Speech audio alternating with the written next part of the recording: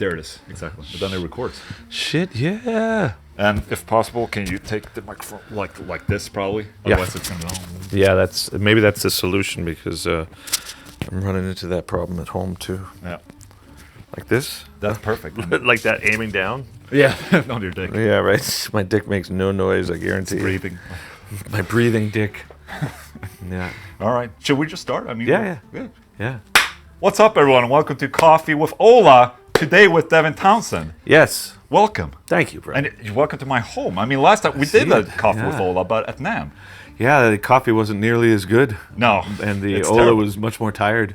Absolutely. Maybe both Olas are tired. Absolutely. Though, yeah. Absolutely. So great to have you here. And I'm just happy to have guests on my show. Like, it's been 2 years of just people thinking that you can do a Zoom call, and it's great. Well, it's not. It's like you were saying, though. It's like the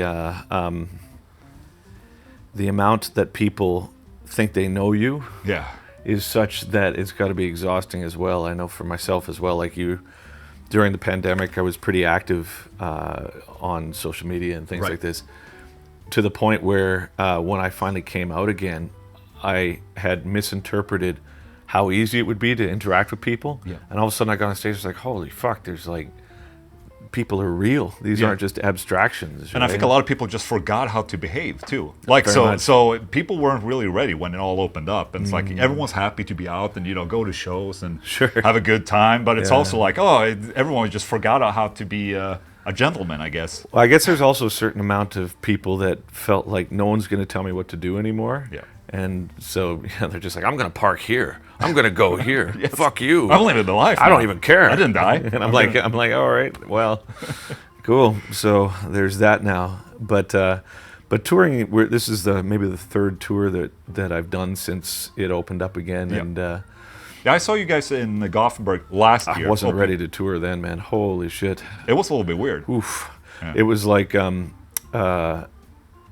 they said, okay, so I had just finished a record, and they're like, okay, you're going to be out for 3 months with a band you don't know, with like no production, opening for a band, and I just kind of held my nose and went at it. But it's only now that I'm starting to feel that I'm ready to do it again. Yeah, and even that, like, it depends on how much sleep I've had, right? Right, and has become kind of like your formula a little bit to just like you have like different musicians. Like for every tour, and are you like? Do you know how you will be around them and how they will be with you? Because I mean, obviously, touring, you're going to be together with these people a lot. Yeah, I make the decisions on people that I play with about 50-50. Okay, 50-50 as in 50% of their capacity to play the material, and 50% their capacity to not irritate the shit out of me, right? So, and that's actually much harder to find, right? And the balance between the two is very difficult because it also includes crew, as you know, right? So this time, now that I had a little bit more time to prepare, I put together a group of people that works well for me. But touring's always been a kind of a means to an end for me. I just want to write. Like endlessly, and in order to keep the brand active enough that you can rationalize that, touring is definitely where it's at. And it keeps growing, which is good. But at the same time, because I have been through enough scenarios with having bands, and then you can't have a democratic dictatorship where you give everybody a right, and then at the end of it, be like, good, I hear your point. Anyway, we're going to do it the way that I want to do it, right? Yeah. So this time around, I've done it a little differently, like you suggested, where I hire people per tour, and the rhythm section's always very difficult. So I found a really good rhythm section, the same one that I had worked with on the last run, and then I had Mike Keneally back on this one just because he's a really good friend, and the hangs are fun, Absolutely. And he's got a pedigree that's hilarious because he's just the wizard. Yeah. Right. Awesome. Yeah. What was I saying? You're saying it's Sunday and you're exhausted. But it's Monday. See? That's how exhausted we are. Going back to where you're you like to write, and the whole cycle of writing, releasing, touring, writing, releasing, touring. No. And it's funny because I told John Petrucci the same exact thing. It's such a machinery for them, because they're like, I can always expect them to come back every 2 years. And they've released one album, and they start in Europe, and it's like, okay, so like, what time is? Oh, it's Dream Theater time. Yeah. In my eyes, you're, I would say, something that I look up to in terms of the self-sustainability, and obviously the self-producing artist, and you own your brand, you do everything yourself, and all of the whole sustainability. There's a big difference between you and Dream Theater. Very much.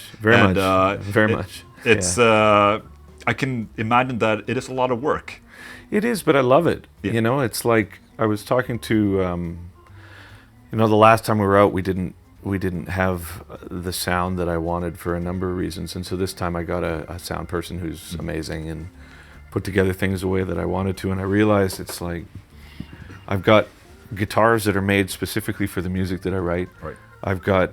Oh shit, the guitars. Oh yeah. Oh shit. We'll grab it in a second. Yes. We'll pause it. No, that's fine. I'll run out and you can keep talking. Okay, you do that. I promise I won't talk shit. No, it's fine. But I mean, I think a lot of it for me is I just want to do whatever I want. Yeah.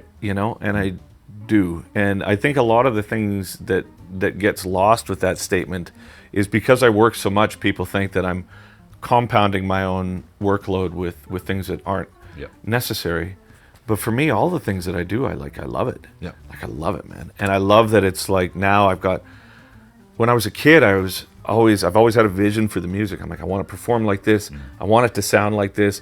I want to use this for the recording. I want this for the pickups, all this stuff. And so to finally be at a point at 50 years old where I can do that is fucking awesome, man. Yeah.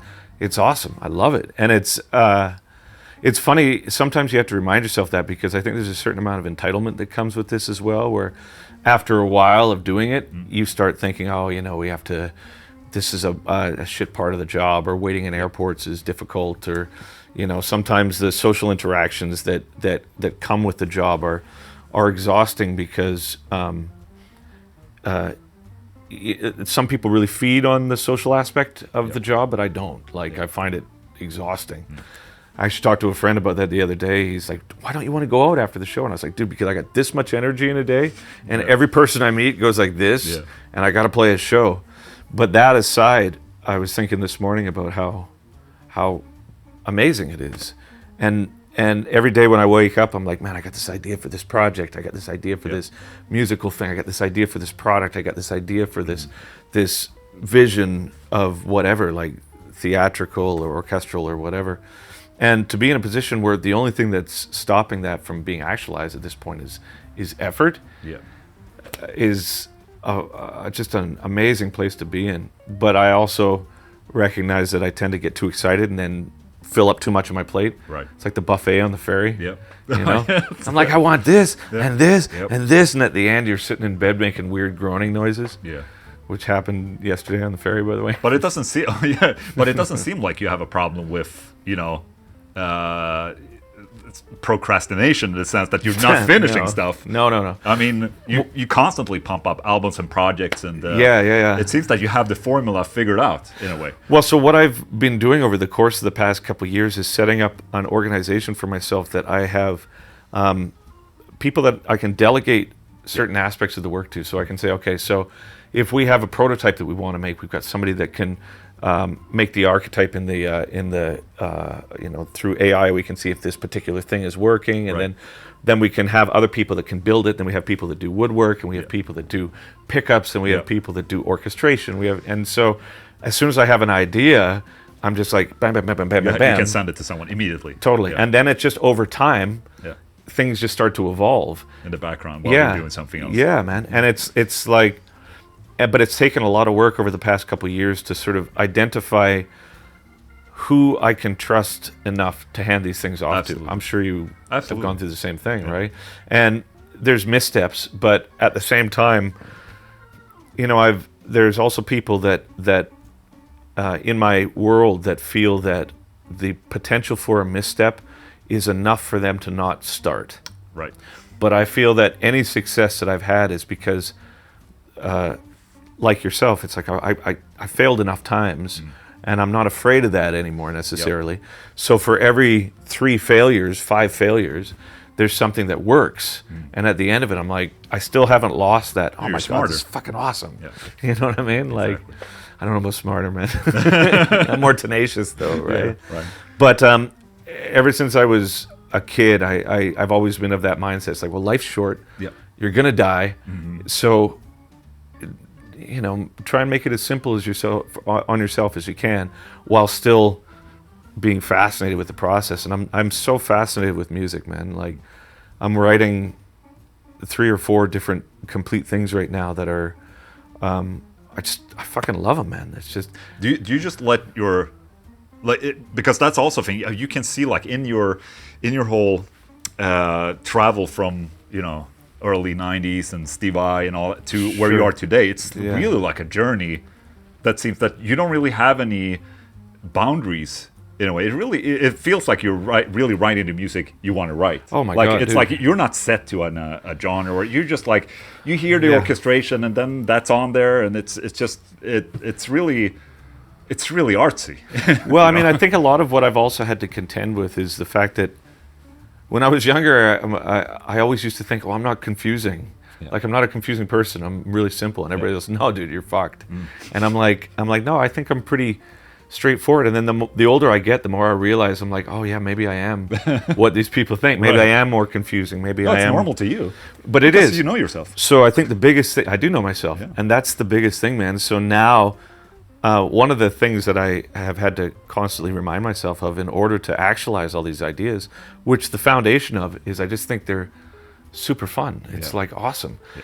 Is I have to get past the fact that people think you're a weirdo, or people think that, that's stupid, or I wouldn't have done that, or what were you thinking doing that, or that's childish, or whatever. I'm like, when I was younger, of course, I was much more insecure than I am now. So there'd be a certain amount of my process that I would have to fight through to be like, maybe it is stupid, maybe it is childish or whatever. Yeah. But then as I'm getting older, I'm like, that sounds like a you problem. You know? Absolutely. Yeah, and I think that now, with all these things that come out, the vision for it, we were talking about this with one of the people that I've been collaborating with recently. You get together with your buddies and you have a bunch of coffee, or you get hammered or something, and you're like, wouldn't it be cool if? Yeah. But it never happens. No. But for us, it's like, wouldn't it be cool if, and then we just do it. Oh, you mean it. Yeah. And then it may not work, but at the end of it, it's like, man, I love the fact that we invested tons of time and resource into something that is of zero value. Yeah. It's like, exactly. I love that, man. I think it's fun because, dude, eventually you're just dead. So you might as well just have some fun, right? Do you ever feel that you need to, like, sometimes I really just want to chug? Like some really, like, tight-ass Mel riffing, Sometimes I do, but I also feel that it's like one of the things that I've had to also contend with is over the years my tastes have changed, right? Absolutely. And now, when I was 18, the job that I chose for myself as an 18-year-old, when I really needed the attention and I was really pissed off, is not as congruent with a 50-year-old that's like often really tired. Yeah. So when I walk around with these headphones and my Spotify playlists and everything, it's all just like super low key, like ambient Japanese noises. Yeah. That's all I fucking listen to. Okay. That's it. It's sometimes like the soundtrack of your day. Yeah, that's what it is. It's Lo-fi, exactly what it is. Yeah, okay. Yeah. And sometimes I like the vaporwave shit, but it's like the only time I listen to metal now is when I'm mowing the lawn and I want to check out what my buddies have done. Right. Because at that point there's momentum to it. It's like I'm going in a straight line and I can just like focus on it. But other than that, I'm like, oh my God, dude. It's like same reason I never watched Breaking Bad or The Wire or Dexter. People are like, dude, you should see it. It's fucking super intense. I'm like, at the end of the day, I don't want intense, man. I want to watch the trains go from Oslo to the North Pole for 9 hours. Right. Just sit there with the guitar and make little ambient noises, right? Yeah. But at least you're listening a lot to music. Like all the time. Because for me, it's like, okay, I work with music, but I just don't want to hear it at the end of the day. Like there's a very big difference there. I go home and I shut off, like, completely. Well, maybe it's like what I listen to doesn't necessarily count as music. No. It's literally just like soundscapes. Yes. Right. And but I also realized over the past couple of years that if that's what I'm listening to, always, yet I am still trying to hold on to some version of myself for the sake of other people. Of course. Then I think, well, who are you doing that for? Yeah. You know, if your intention is to like satiate the needs of somebody that you don't fucking know, then that's just insecurity. Yeah. So although when it comes to chugging, but for me, because I'm in open C, I gotta get my guitars, man. I gotta show you. Yeah, I'll get them. But it's like, okay, I'm always thanks. All right, so I'm gonna talk about all the ones he's done. First time I met him was at NAMM a couple of years back, and you may not know this by watching these videos, but the guy's huge. He's like this towering human being, and you can stop.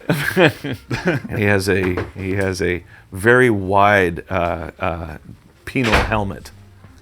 Really, it's like a Is this a portobello small mushroom. guitar? Yeah, so I'm working with 2 companies now. Okay. Yeah, so the other one, it's important to have the other one I was too. thinking, okay, let's hang him up here, but that's Yeah, not no, possible. that ain't That's hanging not gonna nowhere, happen. right? But the other one, so basically it's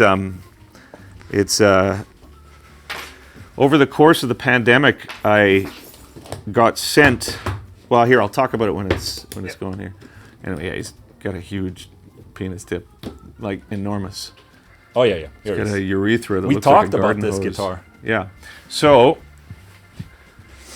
this Framus is the main company that I've been working with for years, and they're fucking amazing guitars, man. Like, I've had opportunity to work with a lot of companies, but this guitar is astounding, dude. Like just, it's fucking amazing, dude. Like, this thing is just crazy. Yeah, that's cool. It's fucking crazy, you know? And so I designed that one with them. Here, I'll give you a pick because El Cruncho Grande. Oh yeah, it's open C. Always, you know? It's just open to one finger and you're good. If you want, And everything sounds great. everything sounds great. It's Led Zeppelin. Yeah. Yeah, that's a nice guitar. So I've been working with them for years, and we designed this guitar together, and it was specific to my needs, and like little things about it, like, you know, it stands up when you let it go, and it's like, you know, the pitch. Was that something you want to work? And the pitch of the headstock is such as well that it's a set neck, but it's the same scale as it's 25-inch scale. But a lot of the thing I was going for is I love the sound of like a Les Paul Custom, but they look so stupid on me, right? And so this one we designed so it's even though it's got like a through feel, it's still a set neck, and this one's Koa with a bunch of crazy hippie shit on it, but it sounds perfect for what I do for metal. It's fucking perfect. During the course of the pandemic, though, I got sent a little headless guitar from Kiesel, and I was man. And at first I was like, I'll never use this fucking thing. You know what I mean? But then I started writing, and I wrote 3 records with it. I wrote The Puzzle, Snuggles, and then a lot of light work with it. And I endorse things because I love them, and I contacted Framus, and I said, you know, you don't make a headless guitar. Yeah. I don't want to leave Framus. I love these guitars. Yeah. But I'd like to use these ones as well. Yeah. And and so Hans at Framus said, okay. So now for my ambient work and for headless guitars, I use these Kiesel guitars, and they're so much fun, dude. Yeah. It's like they're super well built. They look so. I mean, I think they're really cool looking guitars, but they're so much fun. So live, I use this for like a solo section and deep piece and everything, but we're one of the projects that I'm working on the side is this thing called Dream Piece, which is, you know, hippie to the degree that one rarely can be even concerned about being it. That doesn't make sense. It's fucking super hippie.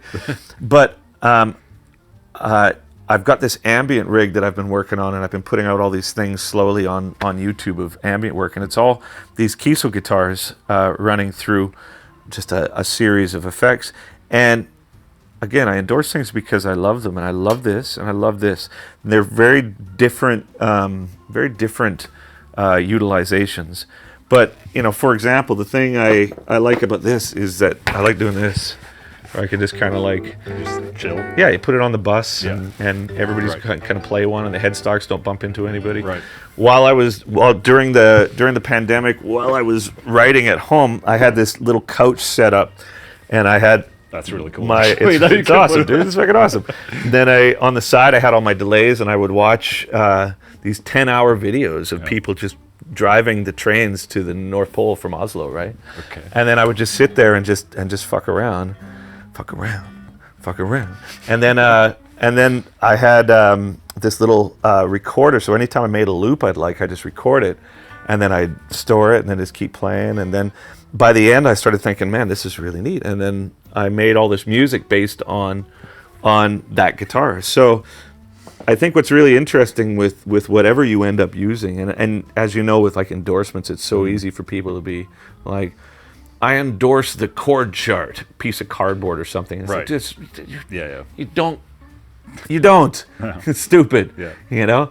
But for me, I really endorse the things that I use, and so I'm very grateful to Framus for understanding that actually served a really cool purpose for me as well, right? And also live I use an Aristides as well, which is great because Framus doesn't make a telly, and they sent me a white Aristides that's gorgeous, right? Yeah. But yeah, man, it's like I just love it, man. I just love it. Don't you miss the Evertune on this one? Yeah, I do. I do. But with that, I use the bar, and it's like, you know, a little tendril of saliva just came out of my mouth towards your arm there, but it missed you by about 4 inches. So That's fine. tendril of saliva is also a good thing for whatever. First time I heard it. Yeah, man. So, that's Yeah. good. But no, It's a good song name. It is, right? Another one just came out. It's the lighting. It's just like, yeah. But I love those guitars for sitting on the couch. Yeah. And before the shows that we're doing now, I do an ambient intro. Okay. And I use that, right? And but it's also interesting because the companies that I work with, it's important for me that I have like a personal relationship with them as well.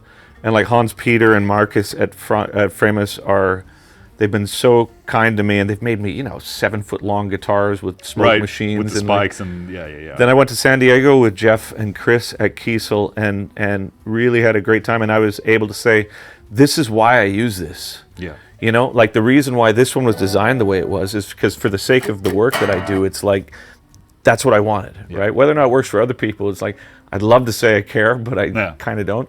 And I think that with that as well, it works so well for that thing that I was like, I really want to use that. Yeah. So, yeah. I mean, you're not speaking to the masses of selling a guitar. Dude, I got no desire to speak to the masses. You know what I mean? It's like, I think that's one thing that, in order for me to do the things that I do, I had to get over very young. Yeah. It's just like, dude, what you choose to do is not of mass appeal. No. But I also was thinking when I was out for lunch today that I really love just observing life. Yeah. So I love going to a restaurant or to a park and sitting there with my headphones and watching the world go by, and no one gives a fuck. No. I couldn't imagine what it would be like to be so famous that you couldn't do that. Right. It'd be awful.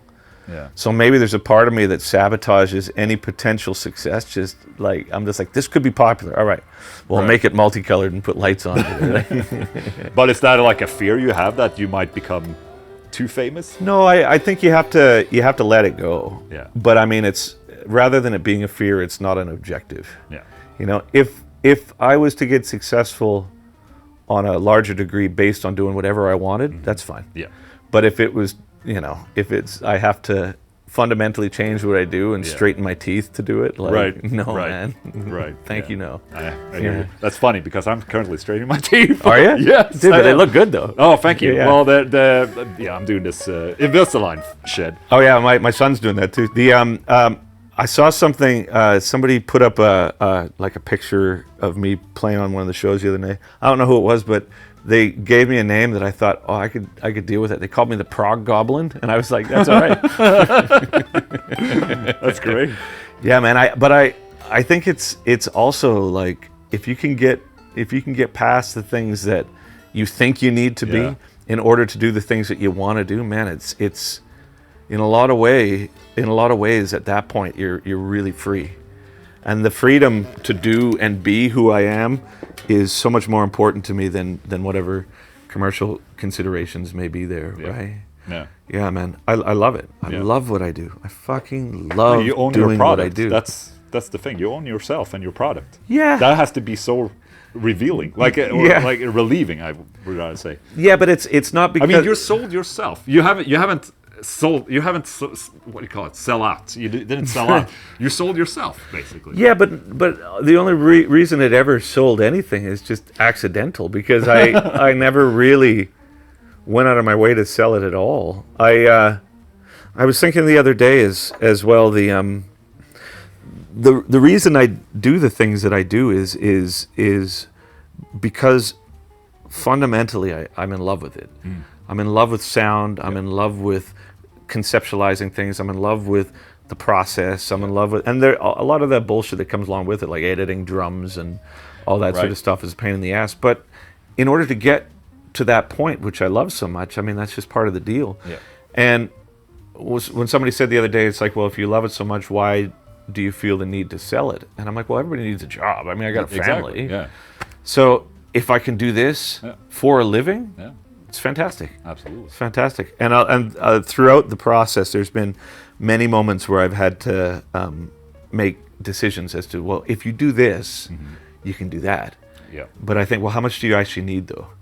You know, like, in order for me to do the things that I do, I just want to keep the bills paid. It'd be nice to go on vacation every now and then. And I like the tool. I love the tools that I have, but at the same time, it's like, they're tools, right? Yeah. And I don't know, I'm very thankful to the companies that I work with, really thankful for providing me the tools. Yeah. And these are two examples of great tools for me right now. So. No, it's fun. It's something I also noticed, because I follow a lot of I watch Reddit and stuff like that. Sure. Is that you have very devoted fans. Like you created a great community of fans, and I think it's because of what you just said. Like, you're just yourself, and you don't make music.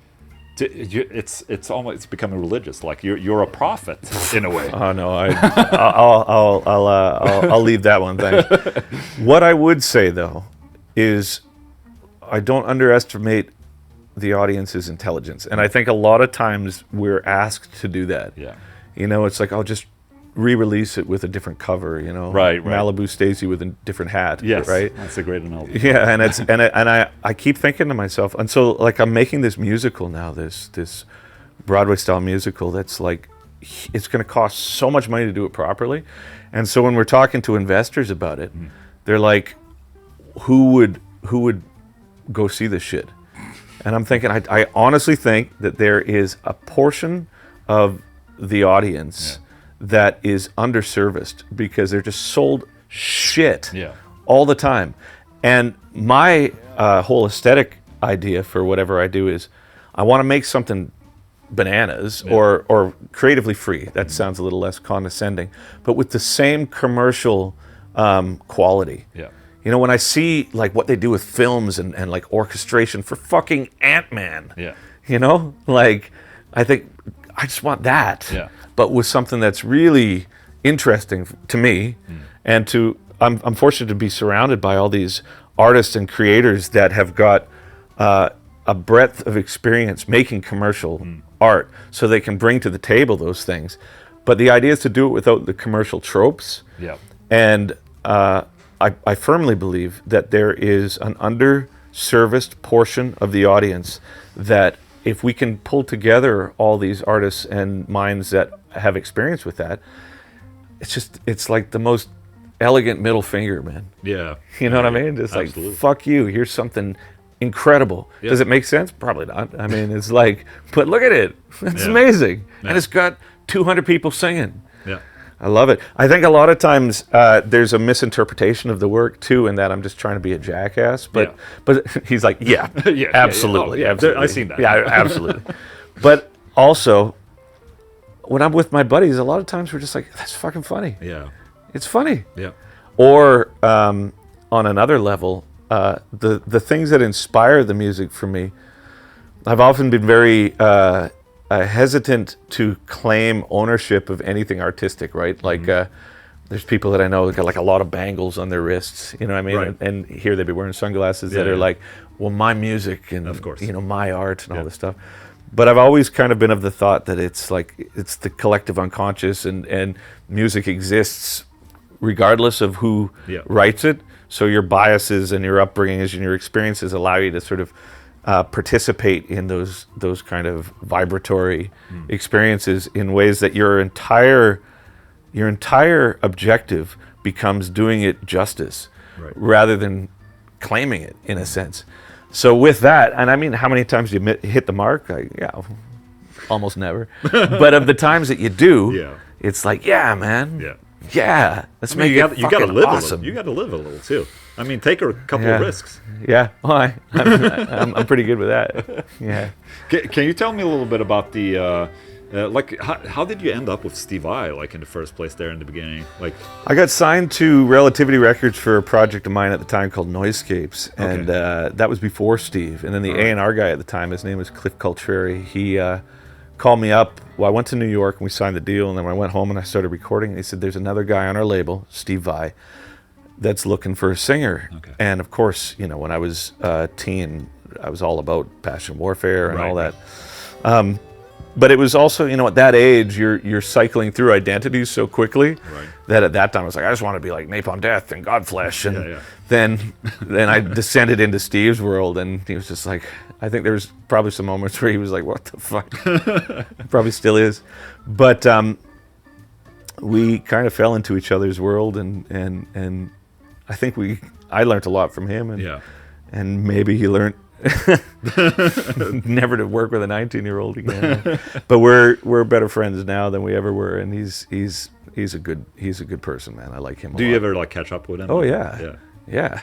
We send each other memes of people shitting themselves, just like anybody would, right? Yeah. That's funny you say that, because that you got one? Well, no, but I'm just saying it's fun that Steve Vai is like that, because obviously what I've seen and the times I've met him, it's always been like he's a god among mortals a little bit. He's a little untouchable. Yeah, he's touchable. Oh my God, dude. He's a buddy. Yeah. But I think that's a lot of maybe the things that I came out of that experience with, because he's of course he's a brilliant musician. He's an incredible guitar player, but he's a person just like anybody. Absolutely. And I think that maybe the 80s and the 90s, and when that sort of rock and roll thing was arguably at its peak, people were deified so quickly as being otherworldly or what have you.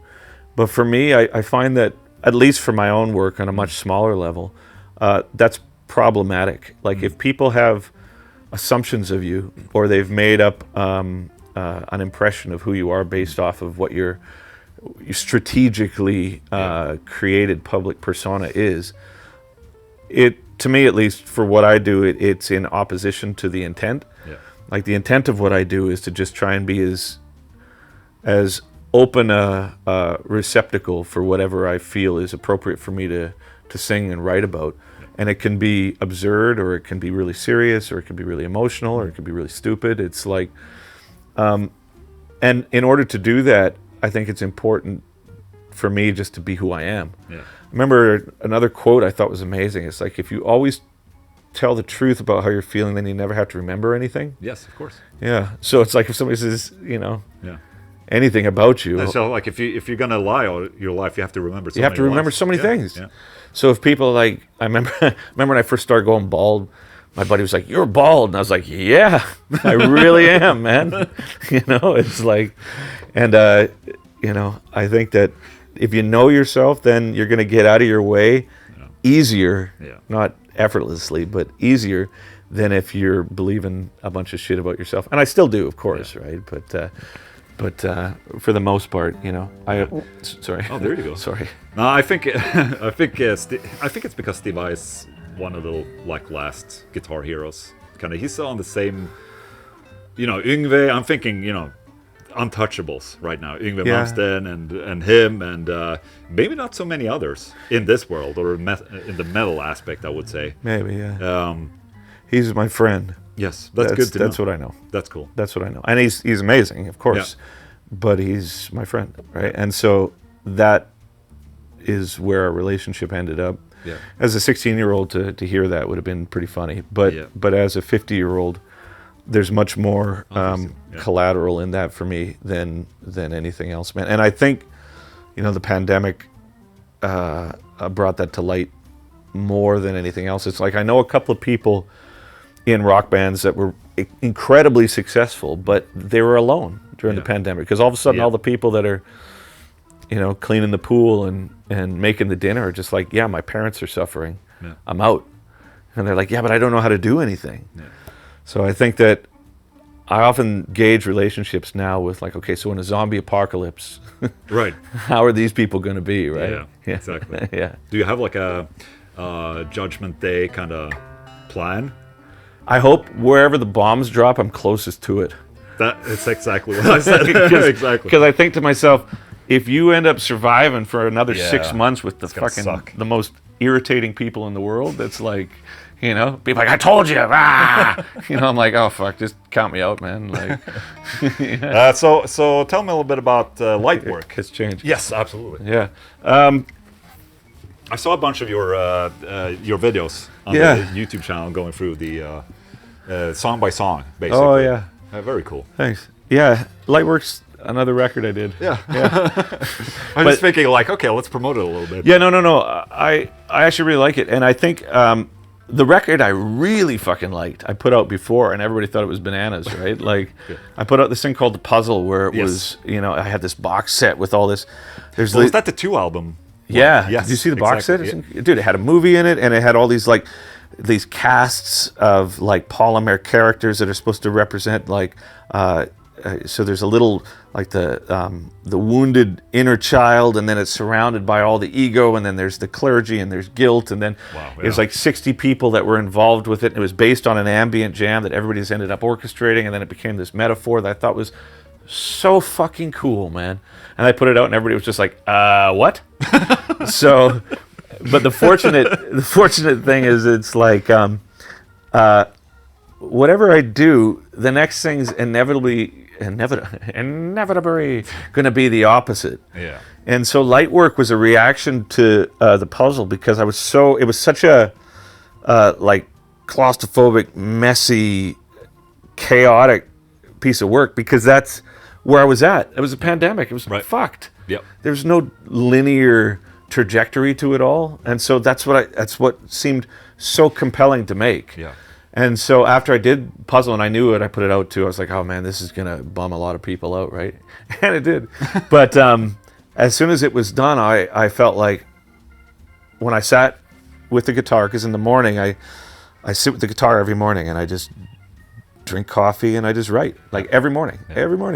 And then after that, I was like, oh, it's linear. Yep. Now that that's out of my system, now I want to hear a chorus. Now I want to hear an intro. Now I want to hear something a little bit more traditional. And overarchingly, the thing about Lightwork that was important for me was I wanted to make something that was consciously a positive statement in the face of relentless negativity, because at that point in my life, there was just, like a lot of us over the course of 2021, I would say, there was a lot of loss and change and anxiety and people in my life that were coming and going, and a lot of fear and a lot of just ugly tension. And so I wrote Lightwork to be in the face of that, something that was as positive as I could. And I thought that would be, again, the biggest middle finger that I could give to that frame of mind. And as soon as it came out, again, people were like, well, I want to hear something angry right now. Right. And everybody's putting out, I'm seeing all these records are coming out, it's Lamb of God and everything. It's like the angriest thing we've ever done. And I was like, I listened to it on a lawnmower, and I was just like, yeah, that's pissed. But it's not that I wasn't angry. It's not that I wasn't upset, but I was also max capacity with that emotional content in the first place. Yep. And whatever I write, I'm going to invest a huge amount of time and effort into. And so by doing that, whatever I'm feeling gets compounded by it. I remember when I did Alien, like Strapping a Lad, and I was in such a an awful state of mind. I was like, oh, I know what I'll do. Yeah. I'll make something that compounds that tenfold. Right. And then at the end of it, I was in a much worse place. Yeah. And I remember thinking at that point, like, oh, okay, note to self. In the future, if you're already feeling unbalanced, compounding that sense of unbalance is masochistic. And unless you thrive on that, which I don't, then work in the opposite way. And so Lightwork, I was in such an anxiety-filled state that I used the music as a beacon for myself, so that while I was sitting in front of the computer every day, when I turned the songs on, it would be a moment in my day where I felt some degree of relief, rather than, man, I'm so stressed. Fuck, brah, But then, of course, when that came out, people were like, yeah, but we're stressed. Yeah. We want to hear something that mirrors that. Well, it's more like it's what you needed. It's what I needed. Yeah. It's what I needed. Yeah. Same with Puzzle. It's what I needed. Yeah. Same with The Moth. It's what I needed. And a lot of the reason I'm so thankful for the audience is, number one, their patience. Yeah. Right. But number two, it's like, for the most part, when I meet people who have been really supportive for a long time, there's a degree of that type of personality that I very much relate to. I'm like, oh, I get it. Yeah. And there's not that sense of like deification to it, and like you had said earlier, like it's like a prophet or something. Fuck that shit, dude. Like religion, ugh. You know what I mean? It's like, I feel that the whole thing that I bring to the table in terms of my artistic commodity is, the universe is fucking amazing, and I'm so dumb, but to me it sounds like this, and this is the most I can get out of my own way, so that when I'm representing what I feel is an intuitive reaction to the emotional experiences that life presents to me through, like, being a father, or like loss or pandemic or whatever, that the things that people relate to in it are things that are more like, they're less about me, and they're more about just how fucked up it is to be a human, right? Yeah. Right. Should I shut up now? No, I mean, you're doing so well. That's all I do, man. No, but I think it's just, sorry for calling you a prophet, but I think it's just because people admire you a lot, and they admire what you put out, and it's pretty easy. Like, you create your own fan base, and you create the expectations of your fans. Sure. So okay, that's fair. The people that have waited for another strap, well, they already maybe left. So it's pretty obvious. Like, but also, I would also say to anybody who's disappointed in the fact that I've changed, I think to myself, so you haven't? Yeah, right. I mean, it's like, it's one thing to be under the... We're going to swap again? Yes, yeah, absolutely. Yeah. It's one thing to have an emotional connection to a work that makes you want to relive that. Yeah. But to expect that somebody who's a creator artistically has no desire to learn from the past, and specifically the past mistakes, I mean, just by nature, that means that it's going to change. Yeah. And so I think that maybe there's a certain percentage of the audience that has been so loyal to it because whether or not they like Puzzle, whether or not they like Lightwork, whether or not they like Ziltoid or Empath or whatever, they relate perhaps to the fact that I don't know what the fuck's going on. They're like, I get that. Yeah, I don't know either. Where are we now? Oh, that's where you are? Okay. Yeah. And I feel as long as I put enough effort into it, then my job for it is done. So when I hear a song, whether or not it's Equinox or Genesis or Shitstorm or whatever, it's like the same amount of effort goes into making it right. Yeah. Because it just bugs me until it doesn't. And then you have a deadline, and then you move on. Right, exactly. So, do you have any? What else do you do in your life? Like, you write music, but is there anything else you enjoy? Yeah, I love stuff. Like Minecraft or? Oh, I don't like video games at all, man. I keep trying, but it's just. You keep trying? Yeah. Why do you keep trying? Because everybody tells me that it's like there's some fundamental flaw in me for thinking that they're just like work, or that you're like you just haven't played the right game. Yeah, exactly. I'm thinking like, well, you would love video games. I like gardening. I like meditation. Yeah. I like eating. I like. So it sounds like enjoying life. Yeah.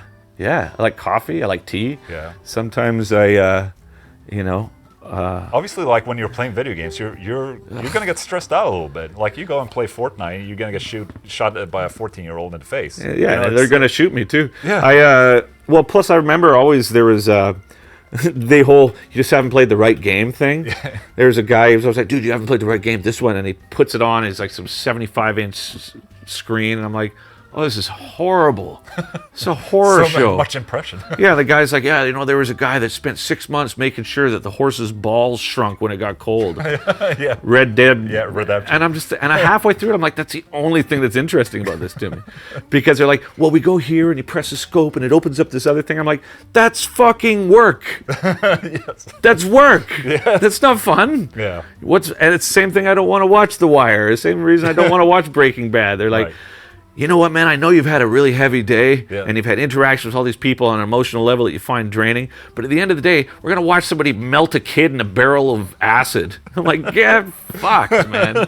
So I just like, my algorithm on YouTube is just like Korean baking, people making cakes, train videos, people, Oh, damn. people cooking, you know what I mean? Like some weird. So do you watch train videos? All the time. Oh, shit. All the time, dude. Is it just because it's going so? Like it has I a love path the momentum. and it's going there? Yeah, and it's like I'm sure there's an analysis we could make on why that's interesting. But I think on a real simple level, I've toured for 30 years. Yeah. And I've always just liked sitting in the front of the bus. And so it was really comforting during the pandemic. But I also find that it works great for me while I'm writing to have this sense of momentum on the screen. Right. And yeah, man, it's like, I think that things can be as complicated as you choose to make them. Yeah. And my tendency to analyze myself is often based on insecurity and like anxiety. Yeah. But more so now than before, I'm like, whatever the cause is, I like it. Yeah. So, hey. On that end, thank you so much for coming here. It's been a pure pleasure. You too, man. And good luck tonight Yeah. as well. Oh, yeah. Shall we cross the streams? All right. It's like wild stallions, man. Holy shit. So anyway, hey, bonus material. boner material. We'll see you soon. Love you, buddy. You too. I didn't drink any of my coffee. Did you drink yours? A little bit, yeah. Yeah.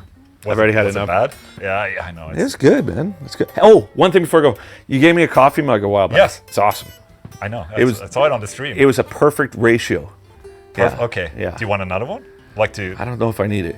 No. Okay. Yeah. Plus, I won't be able to get it home. That's the thing. I give coffee cups to people I know they're just gonna throw into the bin. you know? I wouldn't throw it in the bin. Yeah. Right? But the T-shirt you'll get. Oh yeah. Yeah. What's it say? Chug life. Chug life. Yeah. Chug life, man. All right, guys. When you are presented a glass of life, chug it. Absolutely. Bye. That's so cool. Right? Yeah, man. Has it ever fallen over? Oh, tons. Oh yeah.